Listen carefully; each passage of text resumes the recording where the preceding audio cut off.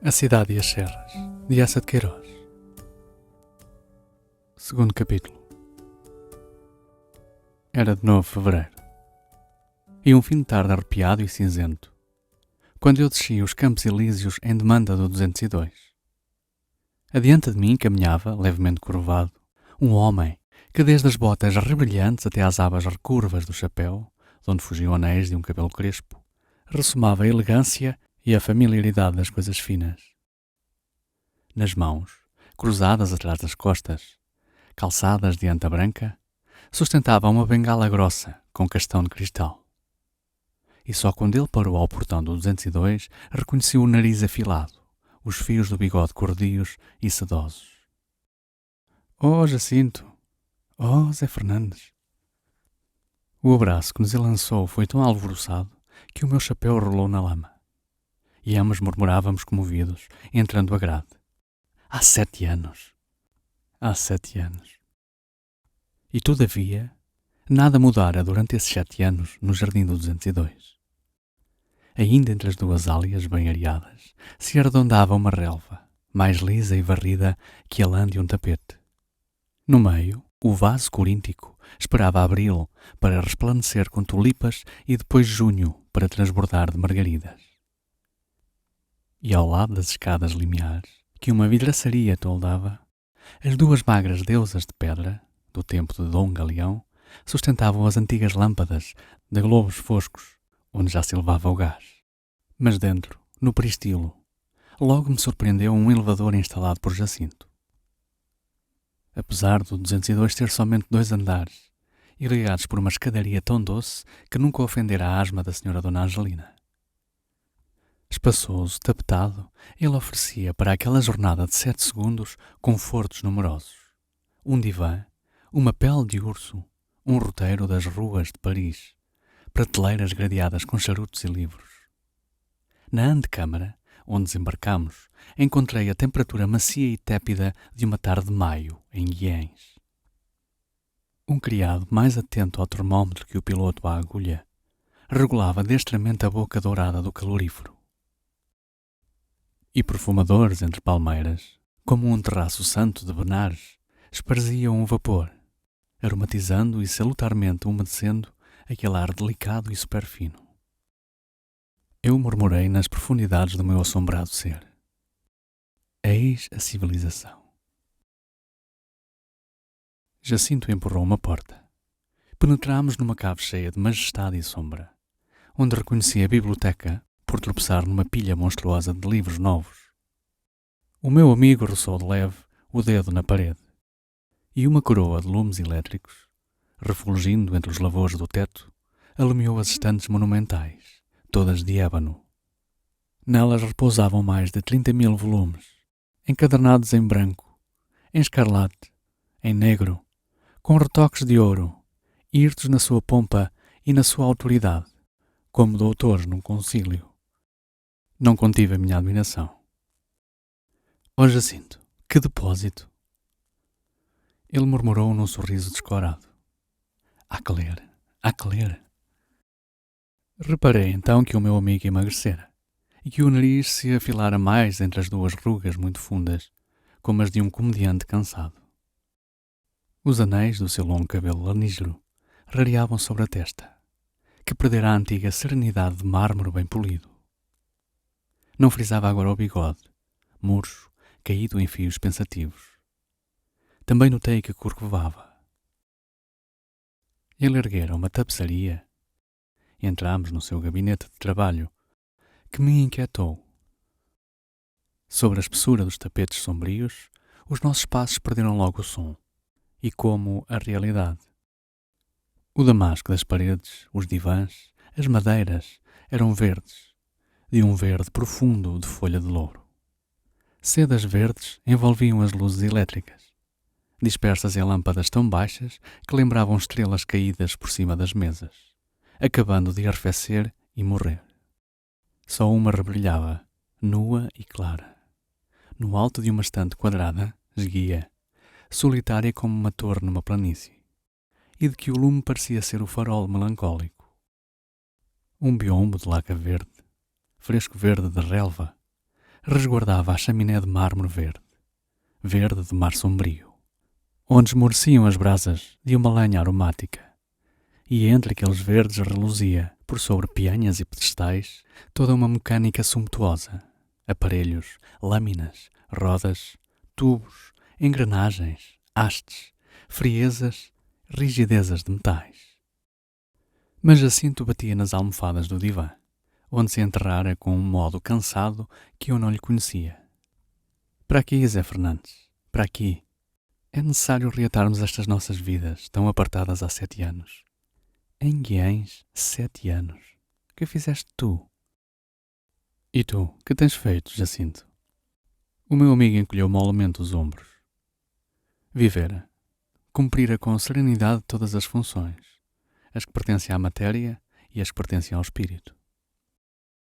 E acumulaste civilização, Jacinto. Santo Deus. Está tremendo o 202. Ele espalhou em torno um olhar onde já não faiscava a antiga vivacidade. Sim, há confortos, mas falta muito. A humanidade ainda está mal apetrechada, Zé Fernandes. E a vida conserva resistências. Subitamente, a um canto, repicou a campainha do telefone. E enquanto o meu amigo, curvado sobre a placa, murmurava impaciente: "Está lá?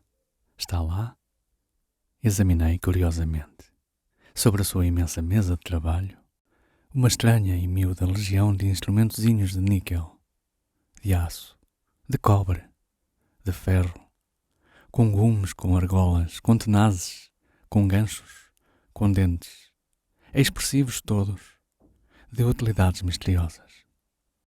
Tomei um que tentei manejar, e logo uma ponta malévola me picou um dedo. Nesse instante rompeu de outro canto um tic-tic-tic assodado, quase ansioso. Jacinto acudiu, com a face no telefone. "Vê aí o telégrafo, ao pé do divã. Uma tira de papel que deve estar a correr." E com efeito, de uma redoma de vidro, posta numa coluna, e contendo um aparelho esperto e diligente, escorria para o tapete, como uma ténia, a longa tira de papel com caracteres impressos, que eu, homem das serras, apanhei maravilhado. A linha, traçada em azul, anunciava ao meu amigo Jacinto que a fragata russa Azov entrara em Marselha com avaria.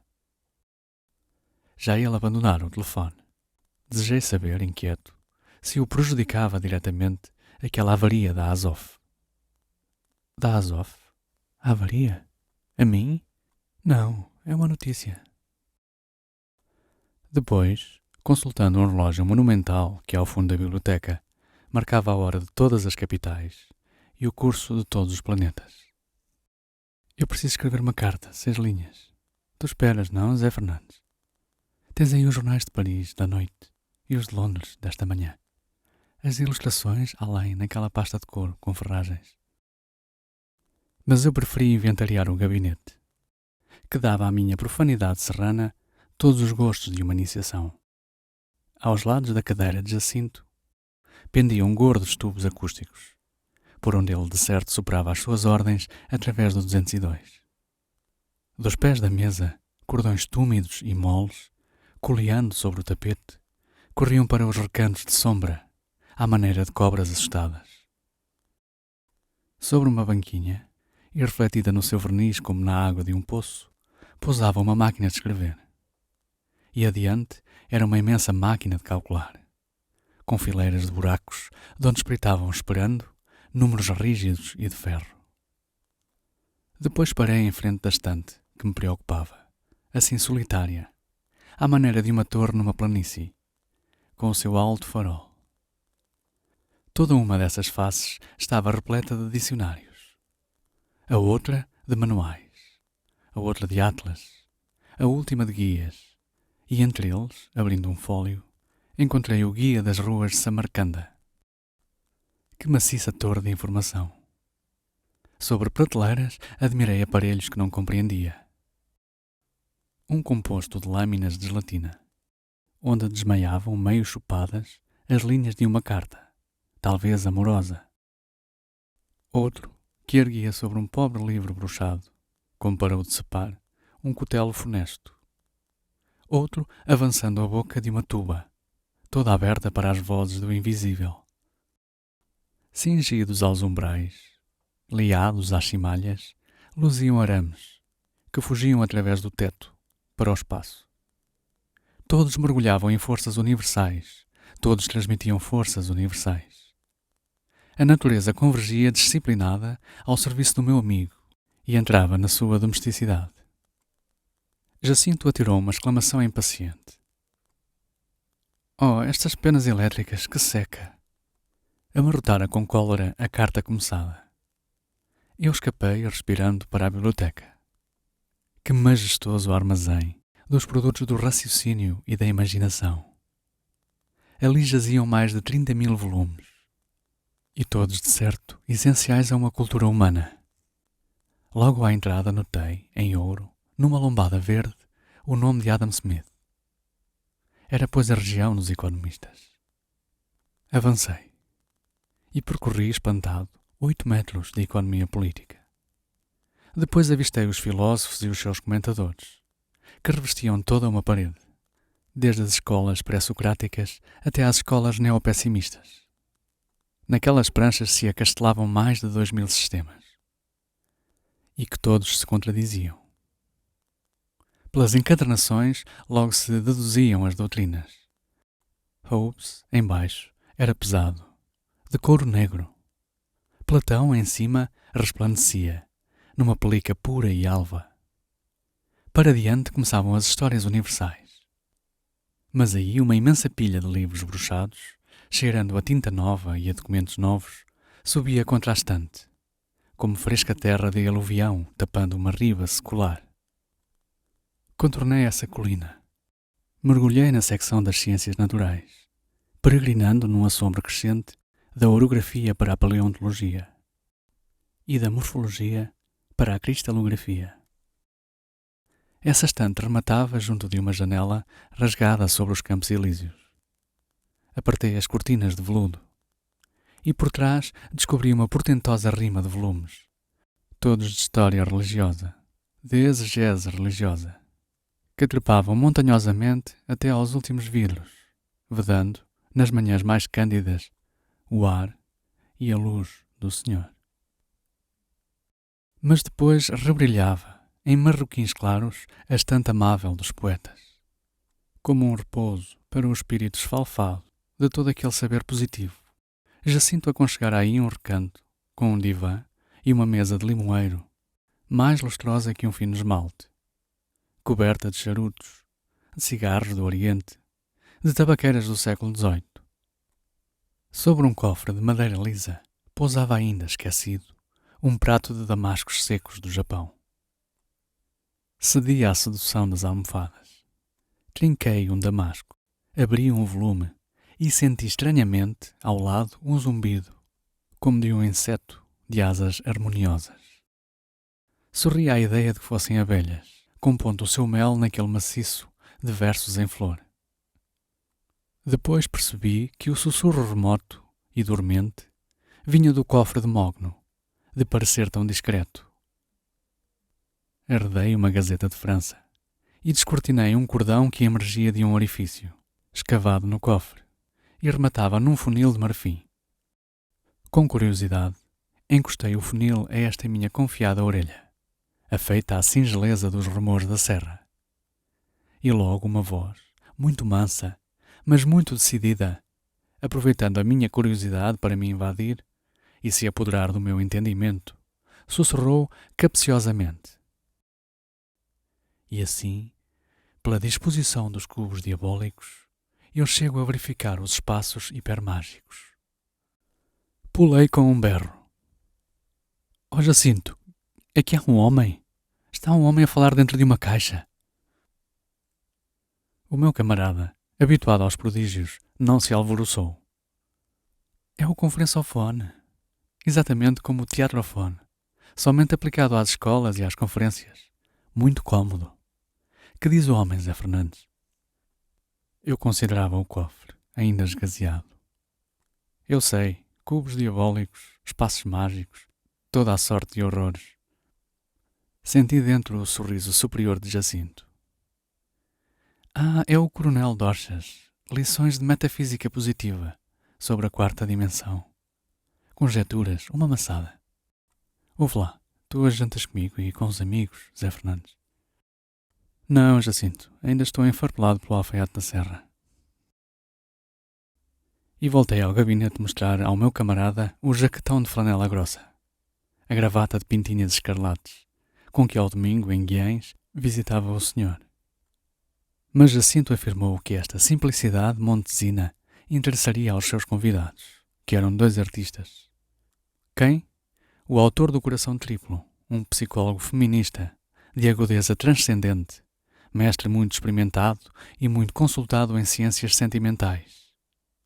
E Vulcan, um pintor mítico, que interpretara eteriamente, havia 1 ano, a simbolia rapsódica do cerco de Troia, numa vasta composição Helena devastadora. Eu coçava a barba. Não, Jacinto, não. Eu venho de Guiães das Serras. Preciso entrar em toda esta civilização lentamente, com cautela, senão rebento. Logo na mesma tarde a eletricidade, e o conferenciofone, e os espaços hipermágicos, e o feminista, e o etéreo, e a simbolia devastadora, é excessivo. Volta amanhã. Jacinto dobrava vagarosamente a sua carta, onde metera sem rebuço, como convinha à nossa fraternidade, 2 violetas brancas, tiradas do ramo que lhe floria o peito. Amanhã, Zé Fernandes, tu vens antes de almoço, com as tuas malas dentro de um fiacre, para te instalares no 202, no teu quarto. No hotel são embaraços, privações. Aqui tens o telefone, o teatrofone, livros. Aceitei logo, com simplicidade. E Jacinto, embocando um tubo acústico, murmurou: Grilo. Da parede, recoberta de damasco, que subitamente e sem rumor se fendeu, surdiu o seu velho escudeiro. Aquele moleque que viera com Dom Galeão. Que eu me alegrei de encontrar tão rijo, mais negro, reluzente e venerável na sua tesa gravata, no seu colete branco de botões de ouro. Ele também estimou ver de novo o Sr. Fernandes. E quando soube que eu ocuparia o quarto do avô Jacinto, teve um claro sorriso de preto, em que envolveu o seu senhor, no contentamento de o sentir, enfim, reprovido de uma família. Grilo, dizia Jacinto, esta carta a Madame Doriol. Escuta, telefona para a casa dos Treve, que os espiritistas só estão livres no domingo. Escuta, eu tomo um duche antes de jantar, tépida, a 17, fricção com malva rosa. E caindo pesadamente para cima do divã, com um bocejo arrastado e vago. Pois é verdade, meu Zé Fernandes. Aqui estamos, como há 7 anos, neste velho Paris. Mas eu não me herdava da mesa, no desejo de completar a minha iniciação. Ó Jacinto, para que servem todos estes instrumentozinhos? Houve já aí um desavergonhado que me picou. Parecem perversos. São úteis? Jacinto esboçou, com languidez, um gesto que os sublimava. Providenciais, meu filho, absolutamente providenciais, pela simplificação que dão ao trabalho. Assim, e apontou, este arrancava as penas velhas, o outro numerava rapidamente as páginas de um manuscrito, aquele outro, além, raspava emendas, e ainda os havia de colar estampilhas, imprimir datas, derreter lacres, cintar documentos. Mas com efeito, acrescentou, é uma seca. Com as molas, com os bicos, às vezes magoam, ferem. Já me sucedeu inutilizar cartas por as ter sujado com dedadas de sangue. É uma maçada. Então, como o meu amigo espreitara novamente o relógio monumental, não lhe quis retardar a consolação do duche e da malva rosa. Bem, Jacinto, já te revi. Já me contentei. Agora até amanhã, com as malas. Que diabos, Zé Fernandes? Espera um momento. Vamos pela sala de jantar. Talvez te tentes. E através da biblioteca penetramos na sala de jantar, que me encantou pelo seu luxo sereno e fresco. Uma madeira branca, lacada, mais lustrosa e macia que cetim, revestia as paredes, encaixilhando medalhões de damasco cor de morango muito maduro e esmagado. Os aparadores, discretamente lavrados em florões e rocalhas, resplandeciam com a mesma laca nevada. E damascos amorangados estofavam também as cadeiras, brancas, muito amplas, feitas para a lentidão de gulas delicadas, de gulas intelectuais. Viva o meu príncipe, sim senhor. Eis aqui um comodouro muito compreensível e muito repousante, Jacinto. Então janta, homem. Mas já eu me começava a inquietar, reparando que a cada talher correspondiam 6 garfos, e todos de feitios astuciosos. E mais me impressionei quando Jacinto me desvendou que um era para as ostras, outro para o peixe, outro para as carnes, outro para os legumes, outro para as frutas, outro para o queijo. Simultaneamente, com uma sobriedade que louvaria Salomão, só 2 copos para 2 vinhos. Um bordeaux rosado em infusas de cristal e champanhe gelando dentro de baldes de prata. Todo um aparador, porém, vergava sob o luxo redundante, quase assustador, de águas oxigenadas, águas carbonatadas, águas fosfatadas, águas esterilizadas, águas de sais, outras ainda em garrafas bujudas, com tratados terapêuticos impressos em rótulos. Santíssimo nome de Deus, Jacinto. Então ainda és o mesmo tremendo bebedor de água, hein? Um aquático, como dizia o nosso poeta chileno, que andava a traduzir Klopstock. Ele derramou por sobre toda aquela garrafaria encarapuçada em metal um olhar desconsolado. Não, é por causa das águas da cidade, contaminadas, atulhadas de micróbios. Mas ainda não encontrei uma boa água que me convenha, que me satisfaça. Até sofro sede.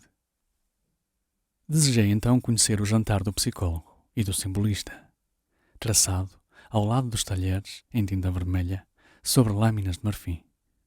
Começavam honradamente por ostras clássicas, de marrane. Depois aparecia uma sopa de alcachofras e ovas de carpa. É bom? Jacinto encolheu desinteressadamente os ombros. Sim, eu não tenho nunca apetite. Já há tempos, já há anos. Do outro prato só compreendi que continha frangos e túbaras. Depois saboreariam aqueles senhores um filete de veado, macerado em xerez, com geleia de noz. E por sobremesa simplesmente laranjas geladas em éter. Em éter, Jacinto? O meu amigo hesitou. Esboçou com os dedos a ondulação de um aroma que se avola. É novo.